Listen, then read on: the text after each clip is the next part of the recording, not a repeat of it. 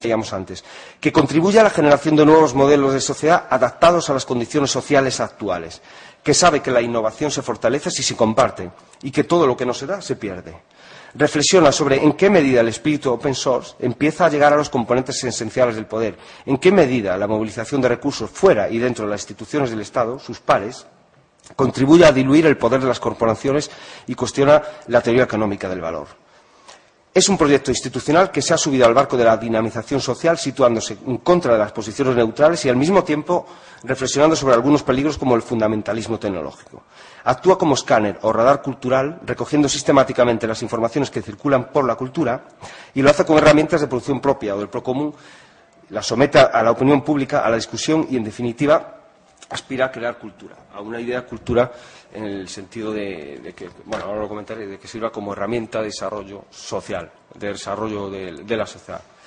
A eso vamos ahora. Esta institución también actúa como un proyecto de investigación colectivo en relación horizontal con los principales centros de producción y generando obras que no quieren ser mercancías, gestos que no quieren ser obras.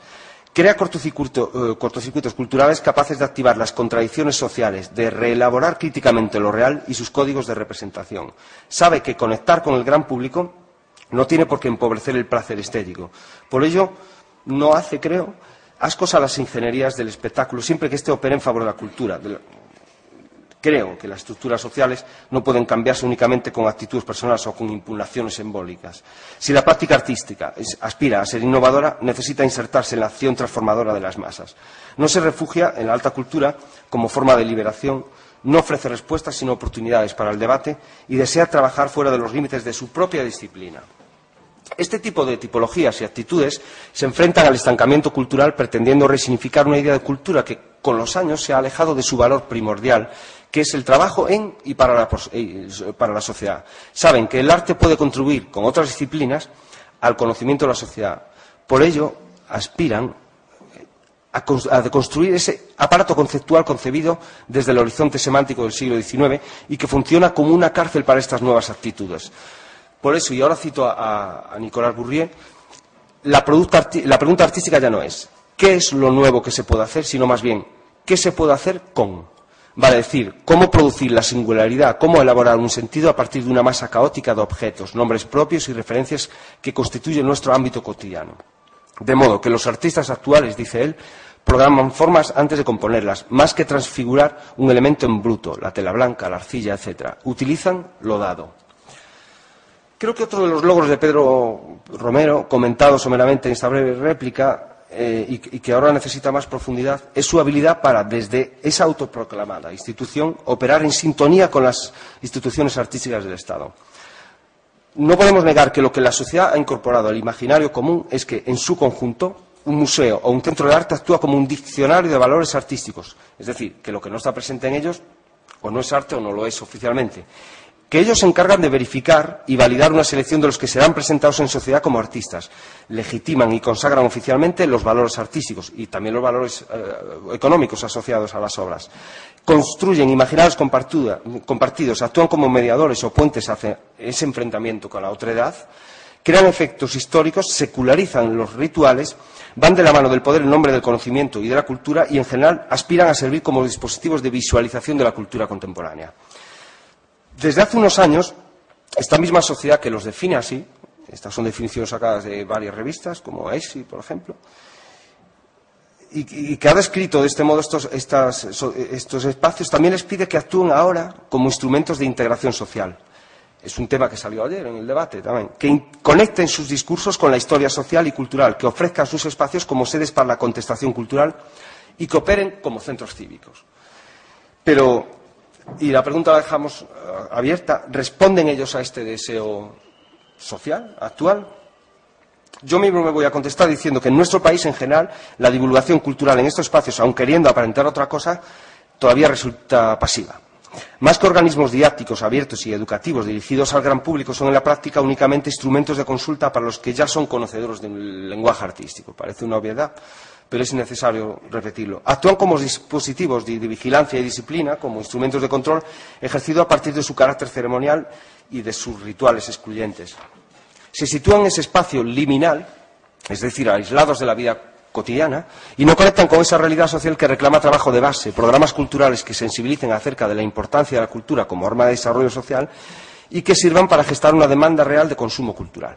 Se les pide que sean productivos socialmente y no políticamente, que sus gestores se impliquen en la vida intelectual del país. También se reclaman acciones de política cultural que posibiliten y generen necesidades como la creación o conversión de las instituciones de arte en espacios de participación abierta a los que la propia sociedad pueda tomar parte mediante la recreación constante de las obras, participando de este modo en esa idea de cultura que veíamos de Bourdieu y que es una realidad en muchos países. Obviamente, la obra de Pedro G. Romero, inscrita en su mayoría en estos espacios, aspira a servir la sociedad, es sensible a esta problemática, creo, y genera herramientas para solucionarla. Un ejemplo, por ejemplo, es la publicación Safé, la de Fugas sobre lo sagrado y la vanguardia en Sevilla, que replantea la imagen de Sevilla formulada desde los discursos verticales para ofrecer a sus habitantes otro modo de conocerse a sí mismo, o de integrarse, o de volver a entrar en su ciudad, tipo con la perspectiva Google, ¿no?, desde arriba. Pero no deja de revolotear en mi cabeza una duda, y estas son dos preguntas que te planteo, Pedro, que es una duda que no consigo resolver después de leer tu texto, y las preguntas son: ¿cómo es posible pensar del modo que piensas y al mismo tiempo recorrer despachos? Eso es muy hijoputa, quizá, la pregunta, pero la segunda es: ¿cómo lidias con esta esquizofrenia? Y la tercera es si se trata de algún tipo de misionado, lo que estás haciendo. Y para terminar, me gustaría destacar un último aspecto de la obra y pensamiento tuyo que encuentro en verdadera sintonía, que lo considero el tiempo internacional, vamos a llamarlo así. Me refiero a cómo se ha situado en contra de esa noción mítica y romántica del arte como producto del genio al margen del entorno, la sociedad y el tiempo. Su ejercicio artístico es sencillamente una actividad de naturaleza social que depende de un complejo entramado de factores históricos y reales, tanto en su producción y distribución como en su recepción. No casa con esa idea de ser dotado y apuntado por el dedo divino, rociado de divina inspiración, que sigue ahí, y genio al que nos ha acostumbrado en la historia del arte. No parece que se vea a sí mismo como un ser perteneciente a una cierta clase de estatus epistemológico, ni con cualidades trascendentales, no contingentes, o accesos superiores a la realidad. Creo que no ha caído en esa trampa y que no se ajenó a las condiciones sociohistóricas que le rodean. Quizá por eso ha aprendido a habitar el mundo en lugar de querer construirlo. Se ha convertido en un inquilino de la cultura, que diría Bourdieu de nuevo, y se ha deshecho de ese lastre representacional y simbólico. Ha dejado atrás la autorreferencia y la autocomplacencia. Se esfuerza en conocer cómo operan los condicionamientos económicos sobre la producción de lo imaginario, en qué medida pueden ser modificados y cómo funcionan estos procesos de transferencia imaginario. También incorpora a la dimensión estética, la histórica y la social, y es consciente de que es conveniente producir obra que incluya intrínsecamente criticismo y herramientas para su interpretación.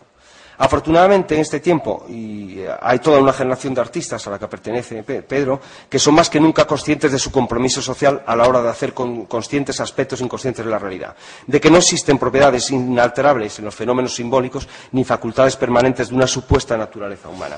Saben que en el campo de lo simbólico se forma en el sistema de relaciones de producción, distribución y consumo de la sociedad, insisto, que habitan y operan esas coordenadas.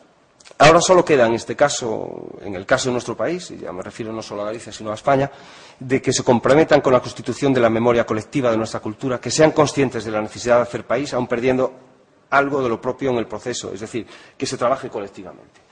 Y quiero, ya remato con una pequeña cita del extinto Jean Baudrillard, que realmente es fantástica y que puede servir para abrir debate, y dice: cuando todo es político se llega al fin de la política como destino, al comienzo de la política como cultura y a la miseria inmediata de esa cultura política. Cuando todo se hace cultural, se llega al fin de la cultura como destino, al principio de la cultura como política y a la miseria inmediata de esa política cultural.